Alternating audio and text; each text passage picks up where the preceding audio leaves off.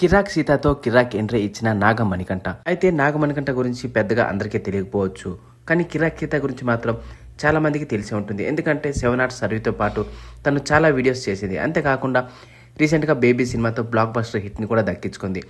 కాబట్టి ఆ రకంగా కాస్త నాగమణికంఠ కన్నా కూడా కిరాక్ సీత కాస్త ఫేమస్ అనే చెప్పుకోవాలి. అయితే టీవీ సీరియల్స్ చూస్తున్న వాళ్ళకి మాత్రం నాగమణికంఠ గురించి ప్రత్యేకించి చెప్పనవసరం లేదు. తను సీరియల్ చూస్తున్న వాళ్ళకి బాగానే నోటెడ్. సో ఆ నేపథ్యంలోనే నాగమణికంఠను బిగ్ బాస్ లోకి తీసుకున్నట్లు తెలుస్తుంది. ఎందుకంటే బిగ్ బాస్ అనగానే మనకి ఖచ్చితంగా దాదాపుగా ఒక 5-6 సీరియల్ ఆర్టిస్టులు ఉంటారు. ఎందుకంటే సీరియల్స్ చూసే వాళ్ళే ఈ బిగ్ బాస్ కూడా చూస్తారు అని బిగ్ బాస్ టీం ఎప్పటి నుంచో భావిస్తూ వస్తున్నారు.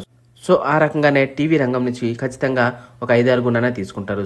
ఈ సీజన్లో కూడా ఆ టైప్లోనే నిఖిల్ మలయక్కల్, యస్మి, నాగమణికంఠ ఇలా మరికొంతమంది కూడా టీవీ రంగం నుంచి రాబోతున్నట్లు తెలుస్తోంది. మరి చూడాలి నాగమణికంఠ బిగ్ బాస్లో ఎలా అదరగొడతాడో. అయితే కిరాక్ సీత పైన కూడా చాలా ఎక్స్పెక్టేషన్స్ ఉన్నాయి. వీరిద్దరూ జోడీగా ఇప్పుడు బిగ్ బాస్ హౌస్లోకి అడుగు పెట్టారు.